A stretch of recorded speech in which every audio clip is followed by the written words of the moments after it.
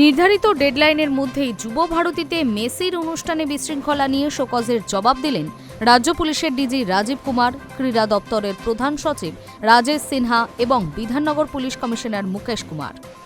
বিশৃঙ্খলার ঘটনায় মঙ্গলবারই 3 পদস্থ কর্তা ডিজি রাজীব কুমার, ক্রীড়া দপ্তরের প্রধান সচিব রাজেশ সিনহা এবং বিধাননগর পুলিশ কমিশনার মুকেশ কুমারকে শোকজের জবাবদিহি 24 ঘণ্টার মধ্যে দেওয়ার নির্দেশ দিয়েছিল রাজ্য সরকারের গড়া অনুসন্ধান কমিটি। সেই ডেডলাইন মেনেই জবাব দিয়েছেন তারা।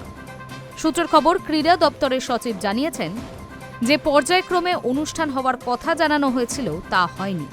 আগে একরকম অনুষ্ঠান সূচি জানানো হয়েছিল। উদ্যোক্তারা নিজেদের মতো করে পরিকল্পনা করেছিলেন ঘটনার দিন। রাজীব কুমার এবং বিধাননগরের সিপি মুকেশ কুমারের লিখিত বয়ান অবশ্য জানা যায়নি। এদিকে যুব ভারতী কাণ্ডে তদন্ত আরও জোরদার করতে বাড়ানো হচ্ছে সিটের সদস্য সংখ্যা। নবান্ন সূত্রের খবর, আপাতত আরও 8 পুলিশ আধিকারিককে এই দলে অন্তর্ভুক্ত করা হবে। কাজের প্রয়োজন অনুযায়ী ফের বাড়ানো হতে পারে সদস্য সংখ্যা।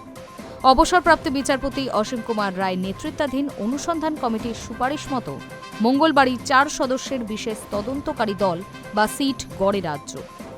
বুধবার সকালেই সিটের সদস্যরা যুব ভারতী স্টেডিয়াম পরিদর্শন করেন।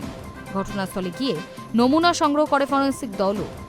এদিকে ক্রীড়াঙ্গনে হাঙ্গামার ঘটনায় এখনো পর্যন্ত মোট 6 জনকে গ্রেফতার করেছে বিধাননগর দক্ষিণ থানার পুলিশ। মঙ্গলবার ধৃত রূপক মণ্ডলকে এদিন বিধাননগর মহকুমা আদালতে 6 দিনের জেল হেফাজতের নির্দেশ দেয়। পুলিশ সূত্রের খবর, যত সংখ্যক অতিথির মাঠে থাকার কথা ছিল তার চেয়ে কত বেশি লোক মাঠে ছিলেন, তাদের পরিচয় কিভাবে তারা মাঠে প্রবেশ করলেন, তাদের কাছে পুলিশের নাকি আয়োজকদের কার অনুমতি ছিল, এমন একাধিক বিষয়ে সিটের সদস্যরা খোঁজ নিয়েছেন। Hi news network.